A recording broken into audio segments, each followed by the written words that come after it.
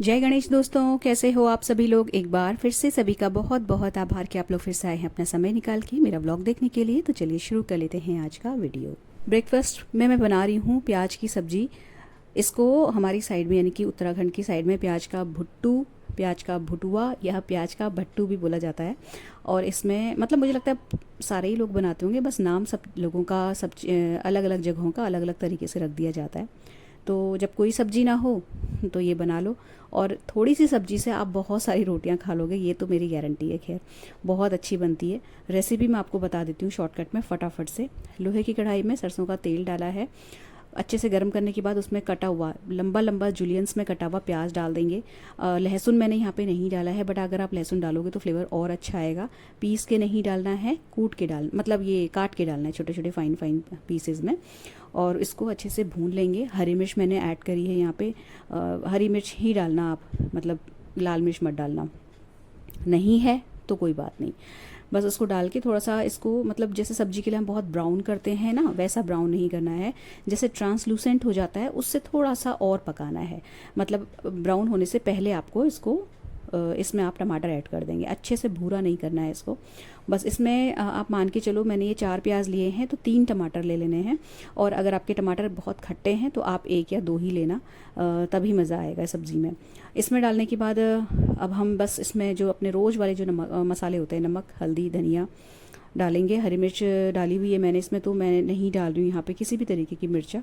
इसको मिलाएंगे, ढक के पकाएंगे। टमाटर अच्छे से गल जाएंगे, सॉफ्ट हो जाएंगे। टमाटर भी आपको लंबे काट के डालने हैं, छोटे छोटे पीस करके मत डालना। कटिंग से भी फ्रेंड्स फ्लेवर का फ़र्क पड़ जाता है, आप नोटिस करना। अगर आप कोई सब्जी को अलग तरीके से काट के बनाते हो और उसके बाद उसको नेक्स्ट टाइम जब आप डिफरेंट तरीके से काट के बनाओगे तो फ्लेवर में फ़र्क आता है, फ्लेवर, टेक्स्चर, हर चीज़ में। तो जैसे प्याज लंबे लंबे काटे हैं ऐसे ही टमाटर भी लंबे लंबे काटने हैं। थोड़ी सी मैंने जो आपको वहाँ पे लाल मिर्च दिख रही है ना, ये देगी मिर्च है, जो कि जिसमें मिर्चा बिल्कुल नहीं होती, मतलब नाम मात्र की मिर्च होती है, बट कलर ठीक ठाक सा आ जाता है, तो वो ऐड करिए। मिलाएंगे, मिक्स करेंगे, ढक के पकाएंगे। टमाटर अच्छे से गल जाएं, उसके बाद हम उनको टमाटर को अपनी जगह में अच्छे से पिचका लेंगे चम्मच की हेल्प से, और सब्जी बनके बिल्कुल तैयार हो जाती है। हरा धनिया है तो डाल दो, नहीं है तो कोई बात नहीं। हरा धनिया डाल के वैसे बहुत अच्छा फ्लेवर आता है। और उसके बाद मैंने लगाया अपना ये आटा, और दिन के लंच के लिए बना रही हूँ उड़द की दाल की खिचड़ी। अभी वैसे देखा जाए तो गर्मी इतनी है और लिक्विड्स में हम लोग इतना ले लेते हैं, तो सही बताऊं तो दिन में भूख नहीं लग रही है किसी को भी बहुत ज़्यादा। बट मुझे दिन में लंच बनाना इसलिए ज़रूरी हो जाता है, मतलब अगर हम चाहें तो दिन का लंच जो है स्किप भी कर सकते हैं, क्योंकि सुबह ब्रेकफास्ट बनता है और अच्छे से सब लोग हैवी हैवी खा लेते हैं। बट दिन में लंच बनाना मेरी मजबूरी इसलिए हो जाती है क्योंकि मेरी जो बेटी है वो दिन में लंच करती है, उसको दाल चावल बहुत पसंद हैं। अगर वो नहीं होती तो हो सकता है इतनी भीषण गर्मी में हम लोग शायद सुबह ब्रेकफास्ट के बाद सीधे रात को डिनर ही करते, दिन में कुछ फल वगैरह खा लेते, बट ऐसा हो नहीं सकता। कई बार ऐसा प्लान बनाने की कोशिश की है हमने कि एक टाइम का जो मील है उसको हम स्किप करें, क्योंकि तीनों टाइम का खाना, 3 टाइम के बर्तन और 3 टाइम का मेन्यू सोचना, ये सारी चीज़ें अपने आप में बहुत थकाने वाली होती हैं। बट दिक्कत कहाँ पे आती है, मैं मॉर्निंग में ब्रेकफास्ट नहीं छोड़ सकती किसी भी कीमत पे। मेरे हस्बैंड का कहना है कि मैं ब्रेकफास्ट नहीं करूँगा, मैं फ्रूट्स खा लूँगा, बट मुझे ब्रेकफास्ट चाहिए ही चाहिए हर हाल में। दिन में मुझे बनाना ही पड़ता है क्योंकि मेरी बेटी नहीं, मतलब वो खाती है, उसको दिन में चाहिए होता है। तो दिन का बनना बनना मतलब ज़रूरी है, चाहे थोड़ा बने चाहे ज़्यादा बने, चाहे 1 लोग का बने चाहे 4 लोग का बने, लेकिन बनेगा। फिर आती है रात के लंच की, डिनर की बारी। तो जो मैं दिन में कम खाती हूँ तो मुझे रात को फिर से भूख लग जाती है, तो मुझे बनाना बहुत ज़रूरी है। और जो मेरी बेटी है वो भी रात को खाती है, तो मुझे ये लगता है कि एक टाइम का वो ब्रेकफास्ट नहीं करती है तो कम से कम 2 टाइम तो मैं उसे खिला ही दूँ अच्छे से, जब तक मेरे पास है, घर पे है। तो इस चक्कर में ना बन नहीं पा रहा है मेरा शेड्यूल। बट फ्यूचर में प्लानिंग है मेरी कि अगर मेरी बेटी बाहर चली गई तो उसके बाद मैं 1 टाइम का खाना स्किप करूँगी, मतलब बनाना बंद कर दूँगी। वो दोपहर का लंच भी हो सकता है और वो रात का डिनर भी हो सकता है, क्योंकि उम्र के साथ हर चीज़ कम होती चली जा रही है, लेकिन काम उतना ही है। और मतलब ज़बरदस्ती की डाइट भी चली जाती है पेट में, क्योंकि फिर ये रहता है ना कि ये बच रहा है, वो बच रहा है, लाओ वो बच रहा है तो उसको निपटाओ, वो सारी चीज़ें होती हैं। इसके बाद जो ये थोड़ा बहुत काम निपटाया है, और दूध वाला आ गया था तो दूध लिया, दूध पकने रखा। और ये भगवान जी के बर्तन जो धो रखे हैं मैंने, मेरे पास बहुत बार आप लोग हर बार पूछते हो, जितनी बार मंदिर मैं अपनी वीडियोस में दिखाती हूँ कि आपके मंदिर बर्तन जो हैं इतने चमकते कैसे रहते हैं। सिंपल है, पीताम्बरी बहुत अच्छा सॉल्यूशन है। थोड़ा सा उसका डिसएडवांटेज ये हो जाता है कि पीताम्बरी यूज़ करने से हल्के हल्के हाथों में दरारें पड़ती हैं, लेकिन इतना नहीं पड़ती हैं कि मतलब आप बर्तनों को गंदा रहने दें, है ना। मतलब आप थोड़ा थोड़ा लगा के यूज़ करो। डेली बर्तन धोते हो ना तो इतना ज़्यादा पीताम्बरी यूज़ करना भी नहीं पड़ता, सही मैं आपको बताऊं। और अगर ज़्यादा ही दिक्कत है तो फिर ग्लव्स पहन के करो, ये भी कर सकते हैं। बहरहाल मैं ग्लव्स नहीं पहनती, बहुत हल्का सा पीताम्बरी नाम मात्र का लगाती हूँ, क्योंकि डेली बेसिस पे बर्तन धुलते हैं तो वो वैसे ही चमकते रहते हैं। हल्का सा बस एक हाथ मारने की ज़रूरत पड़ती है, तो उतना टच में, जब स्किन के टच में पीताम्बरी आएगा ही नहीं तो हाथों पे उतना ज़्यादा इम्पैक्ट पड़ता भी नहीं है। तो यहाँ पे दूध जब मैंने पकने के लिए रख दिया था ना, तो मैं बर्तन जो है मंदिर में रखाई। फूल सुबह के टूटे हुए रहते हैं, मैं ले आती हूँ, मेरी ननद ले आती है या मेरे हस्बैंड ले आते हैं, तो वो मैं फ्रिज में रख देती हूँ, क्योंकि बाहर एकदम से मुरझा जाते हैं फूल। जब पूजा करती हूँ तभी निकालती हूँ फ्रिज से। और क्योंकि दूध पक रहा था ना यहाँ पे, तो फिर मुझे लगा कि सब्ज़ी लगा देती हूँ जगह पे। तो सब्ज़ी हम लोग सुबह लेके आए थे, मैं ब्लॉग के स्टार्टिंग में बताना भूल गई आपको। और बहुत लिमिटेड सब्ज़ी लाए हैं, बहुत ज़्यादा नहीं लानी थी। वैसे मैं आज नहीं जाती सब्ज़ी लेने, बट प्याज ख़त्म सा हो रहा था और मतलब लाना ज़रूरी हो गया था, क्योंकि प्याज आजकल हम लोग वैसे भी सैलड में भी खा लेते हैं, सिरके में भी पड़ रहा है, तो जल्दी जल्दी ख़त्म हो जाता है प्याज। तो इस एक प्याज को लाने के चक्कर में 2-4 सब्जियां और एक्स्ट्रा हम लेके आए। इधर दूध पका और उधर मैंने जो ये अपना खिचड़ी है दोपहर के लिए, उसको भी मैंने हाथ के हाथ छौंक दिया। तो ये दोनों काम एक साथ हो जाएंगे, अदरवाइज़ मैं पूजा करती उसके बाद बनाती। बट यहाँ पे दूध के लिए मुझे खड़े रहना था, तो मैंने ये काम यहाँ पे निपटा लिया। कपड़े आज धोए नहीं हैं, कम थे तो मशीन नहीं लगाई। कपड़ों से याद आया, एक कमेंट आया था, उनका कहना था कि वो उनकी भी सेमी ऑटोमेटिक मशीन है, वॉशिंग मशीन जैसे कि मेरी है, और उनके कपड़ों में अक्सर वाइट वाइट सर्फ के निशान रह जाते हैं। तो ये दिक्कत आती है, इसका सॉल्यूशन मैं आपको बताती हूँ, जो कि 100% काम करेगा। जब भी आप वॉशिंग मशीन में पानी भरो तो आप कोशिश ये करो कि जो सर्फ आप ऐड कर रहे हो उसको पहले ही भिगो दो, है ना। अगर आप उसको देखिए, सर्फ भी डिफरेंट डिफरेंट तरीके के आते हैं, कुछ बहुत पाउडर बेस्ड होते हैं, कुछ में ग्रेन्यूल्स ज़्यादा होते हैं। तो ये दिक्कत उन सर्फ के साथ, उन डिटर्जेंट पाउडर्स के साथ ज़्यादा आती है जिनमें ग्रेन्यूल्स होते हैं। तो आप ये कर सकते हो ना कि जैसे आपने पानी भरा, हो सकता है कि आप ये करते होगे कि आपने पानी भरा, आपने सर्फ डाला और आपने कपड़े डाल दिए उसी वक्त और घुमा दिया। ये नहीं करना होता। आप जब पानी जिस वक्त भरने के लिए वॉशिंग मशीन में लगाते हैं, उसी वक्त आप जितना भी सर्फ डालना चाह रहे हो, मतलब डालते हो, वो डाल दो। और उसके ऊपर जब पानी गिरता है ना वॉशिंग मशीन के अंदर, तो वो जो सर्फ है वो पानी की चोट से जल्दी मेल्ट होता है। और आप क्या करो, जब थोड़ा सा पानी भर जाए उसी वक्त वॉश टब को घुमा दो, तो पानी भरता रहेगा और साथ में घूमता रहेगा। जो सर्फ के ग्रेन्यूल्स हैं वो भीग के, घूम के बिल्कुल मेल्ट हो जाएंगे, पानी में मिल जाएंगे, और अच्छा सा एक झाग, एक अच्छा सा फोम क्रिएट हो जाएगा। और इस तरीके के पानी में जब आप कपड़े धोओगे तो किसी भी तरीके का निशान नहीं पड़ता है, पहली चीज़। और दूसरा फ़ायदा ये है कि कम सर्फ में, कम डिटर्जेंट पाउडर में भी कपड़े बहुत अच्छे से साफ़ होते हैं, क्योंकि डिटर्जेंट जो है वो वेस्ट नहीं गया। आपने जो ग्रेन्यूल्स डाले थे वो वेस्ट नहीं हुए, एज इट इज़ धुल के पानी के साथ बह नहीं गए, बल्कि वो पूरा मेल्ट हो गए पानी में। उसके बाद उन्होंने फोम बना दिया, और बहुत सारा फोम क्रिएट होने की वजह से आपके जो कपड़े हैं वो ज़्यादा साफ़ होते हैं और दाग वगैरह या वाइट निशान नहीं पड़ते। ये आप करके देखना, ये चीज़ मैंने आजमाई हुई है और ये मेरा रूटीन तरीका है। अब अभी कुछ ब्लॉग मतलब एक आध दिन के बाद में जब डालूंगी ना, तो कोशिश करूंगी कि पूरा अच्छे से आपको अपनी वॉशिंग मशीन में करके दिखा दूं। तो ज़रूरी नहीं है कि अगर आपके कपड़ों में निशान पड़ जाते हैं तो आप लिक्विड, महंगा वाला लिक्विड डिटर्जेंट यूज़ करें, बिल्कुल भी ज़रूरत नहीं है। आप ये वाला तरीका आजमाइए। आपके जो डार्क ब्लैक कलर के, नेवी ब्लू कलर के जो कपड़े भी होंगे ना, उसमें भी वाइट वाइट निशान किसी कीमत पर नहीं दिखेंगे, इस चीज़ की गारंटी मैं आपको देती हूँ। अच्छा, अभी मैं आ गई हूँ शॉप से वापस, और मॉर्निंग में टाइम नहीं लग रहा था। एक आध दिन में मेरी किटी भी होने वाली है और बाल भी मेरे थोड़े से कलर वलर करने हो रखे हैं तो मैं सोच रही हूँ कि अभी जब मैं ऑफिस से आई थी ना, तो अभी मैंने बस आके किचन विचन समेटी है और अपना फेस पैक बना लिया। फेस पैक बनाने के बाद फिर मैं पहले गई हूँ अपना चेंज करने, कपड़े चेंज किए मैंने। आते ही सीधे पहले लंच वंच का काम निपटाया है, उसके बाद फेस पैक बना के मैं रेडी कर लूँगी, देन चेंज करूँगी, हाथ मुँह धोऊँगी, उसके बाद लगाऊँगी फेस पैक। तो फेस पैक वही है जो हर बार शेयर करती हूँ, कुछ अलग नहीं है इसमें। बेसन, हल्दी, नींबू का रस, थोड़ा सा शहद और दही, इन सबको मिला के एक अच्छा सा थिक पेस्ट बना लेंगे। बहुत पतला, बहुत रनी नहीं बनाना है, बहुत गाढ़ा भी नहीं बनाना है, बट थोड़ा सा गाढ़ा रखेंगे। पतला रखोगे तो एक तो टपकेगा बहुत, दूसरा बहुत जल्दी सूख जाएगा, तो उतना ज़्यादा इम्पैक्ट नहीं आता स्किन में। हल्का सा थिक रखिए, एक अच्छी सी लेयर लगाइए ठीक मोटाई की, और उसके बाद आधा घंटा या 20 मिनट के लिए रहने दो इस फेस पैक को। उसके बाद आप सादे पानी से चेहरा धो लो, बढ़िया निखार आ जाता है। अगर स्किन बहुत ड्राई है तो मॉइस्चराइज़र लगा सकते हैं, मैं नहीं लगाती क्योंकि मेरी स्किन ड्राई नहीं है और इसमें हमने दही और शहद डाला है, इस वजह से इस फेस पैक को लगाने के बाद चेहरा आपका हल्का हल्का मॉइस्ट सा रह ही जाता है। आपको ज़रूरत नहीं पड़ेगी किसी भी तरीके का मॉइस्चराइज़र लगाने की अनटिल एंड अनलेस आपकी स्किन बहुत ज़्यादा ड्राई ना हो। ठीक। अच्छा, अभी सब्ज़ी लेने हम लोग गए हुए थे ना सुबह के टाइम पे, तो मैंने हरी सब्ज़ी में कुछ भी लेके नहीं आई थी क्योंकि मुझे कुछ खास फ्रेश लगी नहीं थी वो, तो सिर्फ हरा धनिया लेके आई थी मैं। तो वो मैंने आके पानी में डिप करके छोड़ दिया था और उसको मैं बाहर सुखा के मतलब उसमें डाल के चली गई थी तौलिए के ऊपर फैला के, तो वो सूख गया है। और अब मैं यहाँ पे हरी मिर्च भी मैंने बाहर ही रहने दी थी, तो हरी मिर्च, हरा धनिया, नींबू, टमाटर और मतलब ये कुछ ऐसी चीज़ें हैं जो मैं धो के ही रखती हूँ फ्रिज में, तो थोड़ा सा ना इजी हो जाता है, हैंडी हो जाता है, फटाफट से काम करने के लिए सही हो जाता है। बार बार आपको फ्रिज से चीज़ें निकाल निकाल के सिंक के पास धोना नहीं पड़ता। तो इसके बाद फिर मैंने यहाँ पे धनिया जो था वो फैला हुआ, वो सूखा हुआ जो था ना उसको समेट लिया और इसी टॉवल में वापस मैंने जो हरी मिर्च थी वो फैला दी, तो वो भी सूख जाएगी मेरा काम निपटाने तक, फिर मैं उसको भी रख लूँगी फ्रिज में। और ये सारे काम निपटाए मैंने, इतने में मेरा जो फेस पैक था वो भी बढ़िया से सेट हो गया और चेंज करके फिर मैंने लगाया फेस पैक। अच्छा, एक कमेंट और आया था, अभी मुझे ध्यान आ रहा है, कुछ घुटनों के बारे में वो पूछ रहे थे, नी पेन के बारे में।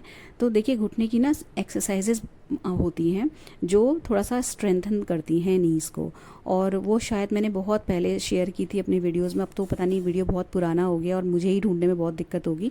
तो आप क्या कर सकते हो ना, यूट्यूब में देखना नी स्ट्रेंथनिंग की एक्सरसाइज, एक तो वो सर्च कर लेना, जो कि आप इनिशियल लेवल पे कर सकते हो ना चीज़ें, वो मैं आपको बता रही हूँ। तो एक तो एक्सरसाइज इंक्लूड करिए जितनी जल्दी पॉसिबल हो सके उतनी जल्दी। दूसरा, अगर आप बहुत ज़्यादा वज़न वाले हैं, ओवर वेट है ना, तो आपको वज़न कम करना पड़ेगा। ये बहुत कड़वा सच है कि वज़न आपकी खुशी को, आपकी वेलनेस को दिखाता है कई तरीके से। आप अच्छे भरे भरे बदन के हैं, लेकिन कहीं ना कहीं आपके घुटनों पे फ़र्क डालता है, असर डालता है, और सारा जोर जो है घुटनों पे आ जाता है। तीसरा जो रीज़न होता है घुटने में या किसी भी तरीके के जॉइंट पेन में, वो होता है ये मेनोपॉज वाला फेज़, जिसमें हम 35 से 45 के बीच की जो लेडीज़ होती है ना, उनमें हल्का हल्का नी पे मतलब ये जॉइंट और मसल पेन होने लगता है। तो ये भी रीज़न हो सकता है। तो देखिए, अगर उम्र की वजह से हो रहा है तो हम कुछ नहीं कर सकते, सिर्फ एक्टिव हो रह के अपना रूटीन एक बना के उसको ठीक कर सकते हैं। लेकिन अगर आपका उम्र से पहले वाला हिसाब है, मुझे नहीं पता आपकी एग्जैक्टली एज क्या है, आपने नहीं बताया कमेंट में, तो डॉक्टर को दिखाओ या अपनी जो गायनेकोलॉजिस्ट है उससे संपर्क करो। और अगर एक फ़िक्स उम्र के बाद आपके हल्का हल्का नी पेन शुरू हो रहा है, जो कि एज की वजह से भी हो सकता है, कम है, माइल्ड है, तो अपनी तरफ से इनिशियली कोशिश करना शुरू कर दो उसको कम करने की। डाइट अच्छी लीजिए, एक्सरसाइज को अपनी रूटीन में लेके आइए, थोड़ा सा वेट कम कर सकते हो आप, और एक्टिव रह के बहुत देर बैठना या बहुत देर खड़े होकर काम करने को भी अवॉइड करो। और एक्सेसिवली पेन है एक उम्र में आने के बाद भी, आपका जो घुटने का दर्द है कुछ ज़्यादा ही हो रहा है, तो भी आप डॉक्टर से संपर्क कर लो, क्योंकि अति नहीं किसी भी चीज़ की अच्छी होती।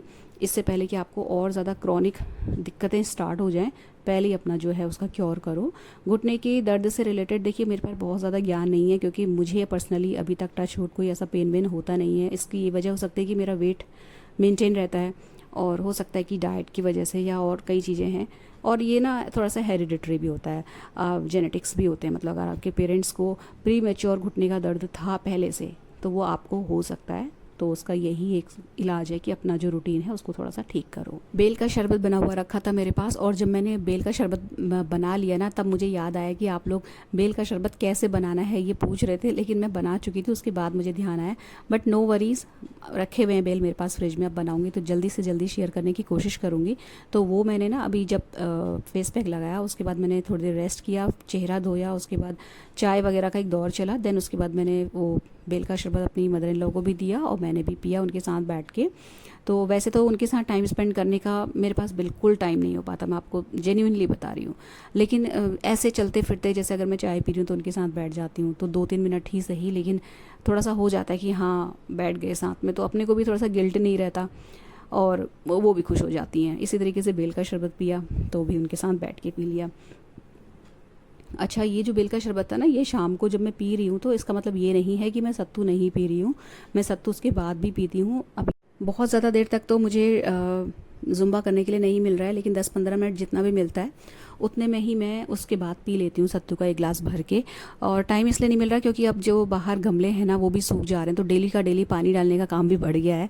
तो जो 15-20 मिनट आधा घंटा मैं निकाल लेती थी, वो कहीं ना कहीं मुझे कटौती करके वो गमलों को टाइम देना पड़ता है। और बीच बीच में मदर इन लॉ को के रूम में भी चक्कर लग जाते हैं 2-3, तो ये हो जा रहा है। लेकिन करती हूँ बट बहुत ज़्यादा देर तक, या मिस भी हो जा रहा है। मतलब ये मैं नहीं कहूँगी कि बहुत ज़्यादा रूटीन में हूँ, लेकिन गर्मी इतनी ज़्यादा है ना कि सही बताऊँ तो बहुत ज़्यादा देर करने का मन भी नहीं कर रहा है, और एसी चला के करो उसका कोई औचित्य नहीं बनता। तो ठीक है, 10 मिनट के लिए 15 मिनट के लिए जितना भी हो रहा है, थोड़ा सा पसीना बहा लिया, उसके बाद मैं सत्तू पी लेती हूँ। और अभी डिनर के लिए मैं बना रही हूँ तहरी। और जो आपको वो दिख रही थी ना, पूजा वाली बत्तियाँ थी, जो गोल वाली घी वाली बत्तियाँ होती ना, वो निकाल के रखी हुई थी मैंने, तो वो बनानी है अभी। और डिनर के लिए तो सिंपल तहरी बना दी है, सब्जी वब्जी डाल के खूब सारी। और अभी जो मुझे एक काम था जिसकी वजह से मैंने आज का जो डांस था या जुम्बा था, जो भी कह लो, उसे मिस किया, वो था कि जो ड्रेसेस मैं अक्सर अपनी किटीज़ में या अपने रूटीन में पहनती हूँ, और जिनके लिंक मैं ऑलमोस्ट हर वीडियो के नीचे डिस्क्रिप्शन में देती हूँ, उसको लेके हर बार आप लोग पूछते हो ये कहाँ से लिया, वो कहाँ से लिया। तो अब मैंने डिसाइड किया कि जितना भी मैं अभी तक टिल डेट जो भी ड्रेसेस ली हैं, या जो मुझे लगता है कि आपके साथ शेयर कर देनी चाहिए, इस लायक हैं क्वालिटी वाइज, और मैंने ऑनलाइन परचेज़ की हुई हैं, उनको ना मैं एक सेपरेट वीडियो में बना के डाल देना चाहती हूँ बहुत जल्दी से जल्दी। जिससे कि जैसे मैंने जितनी भी समर ड्रिंक्स है उनका एक सेपरेट वीडियो बना के डाला, तो आप लोगों को बहुत ईजी रहा। उसकी वजह से आप बार बार अब कमेंट्स आने बंद हो गए कि उसकी रेसिपी शेयर करो, उसकी रेसिपी शेयर करो। तो सेम उसी तरीके से मैं इसका भी एक पूरा वीडियो बना देना चाहती हूँ। अब ये बात अलग है कि वो शायद वीडियो बहुत लंबा हो जाएगा, तो उसे मुझे 2 पार्ट में बनाना पड़े या 1 पार्ट में बनाना पड़े, देखा जाएगा। तो उसके लिए मुझे अभी कुछ क्लिप्स शूट करनी थी, तो वो सारे कपड़े मैंने निकाल के रख दिए हैं। और अच्छा, अब ऐसा है कि क्योंकि वो अंदर बंद रहते हैं बैट बॉक्स में, तो उनमें से कुछ ऐसे हैं जो मुझे आयरन करने के बाद बनाना पड़ेगा वीडियो, तो वो मैंने किनारे कर दिए। अभी जो मैं बिना आयरन करे पहन के आपको दिखा सकती हूँ या वीडियो बना सकती हूँ, या जो मैं थोड़े बहुत आयरन करके रखे हुए हैं उनको पहन के आज वीडियो मुझे बनानी है। तो ये पहले मैंने जो डिनर वाला काम है वो समेटा, जो घी की बत्तियां हैं वो भिगाई, हरी मिर्च जो सुखाने के लिए रखी थी उनको भर लिया पन्नी में, और बस अब ये जो डिनर वाला काम है, मदर इन लॉ को डिनर दूंगी, उन्हें दवा खिला दूंगी, उनकी तरफ से टेंशन मुक्त होके फिर मैं अपना शूट करूँगी वीडियो। तो उनकी डाइट वैसे बहुत कम हो गई है अब समय के साथ। दोपहर में तो लंच वो नहीं ही के बराबर करती है, मतलब कभी अगर कभी बहुत 4-5 दिन में एक बार मन करेगा तो ही, अदरवाइज़ वो लंच नहीं कर रही हैं। तो डिनर ठीक ठाक तरीके से कर लेती है, मतलब बहुत कम डाइट हो गई है अब उनकी। दवाइयाँ बहुत ज़्यादा चल रही हैं ना, तो उस वजह से थोड़ा सा ध्यान देना पड़ता है कि कुछ खा लें, उनके पेट में कुछ चला जाए, नहीं तो इतनी हैवी जो डोज दवाइयों की वो खा रही हैं वो मतलब दिक्कत दे सकती है। तो अब वो क्योंकि चटनी पटनी ऐसे चटपटा बहुत खाती थी पहले, बट अब वो भी नहीं खाती, तो मैं अपनी तरफ से कोशिश करती हूँ कि चटनी बना दूँ या आम की लौंजी बना दूँ, बट वो ना ज़्यादातर चीज़ें उनकी थाली में जो रहती हैं वो बची ही रह जाती हैं, वापस आके मुझे फिर उनको हटाना पड़ता है। तो इसलिए मैं कोशिश ये कर रही हूँ कि वहीं पे बैठा के उनको खिला दूँ, जिससे कि उनको थोड़ा सा इंसिस्ट या फोर्स भी करना पड़ता है, कभी कभी डांटना भी पड़ता है, उनको दवाइयाँ दिखानी पड़ती हैं कि इतनी सारी दवाइयाँ खाओगे तो आपको साइड इफ़ेक्ट्स होंगे, और इस तरीके से ये चल रहा है। इसके बाद कपड़े निकाले मैंने, पहले उनको सारे जितनों का भी मुझे बनाना था उनको तहा के कोने में लगा दिया। जिनका आज बनाना था उनकी वीडियो यहाँ पे शूट करी। ये रात की क्लिप्स हैं सारी की सारी, डिनर के बाद की। मतलब मेरे हस्बैंड डिनर करने के बाद डॉगी को घुमाने के लिए गए हैं, बेटी कर चुकी है, वो अपने कमरे में गई, और जो मदर इन लॉ हैं वो सो चुकी हैं। तब उसके बाद मैंने ये फटाफट से सारी वीडियोस बनाई, जल्दी से जो कमरा फैला हुआ था उसको क्विक वाला क्लीन किया। इतने में मेरे हस्बैंड आ गए थे, तो वो उन्होंने चादर वगैरह इस रूम की बदल दी। चादर भी बदलनी हो रखी थी, मतलब चेंज करने का टाइम आ गया था।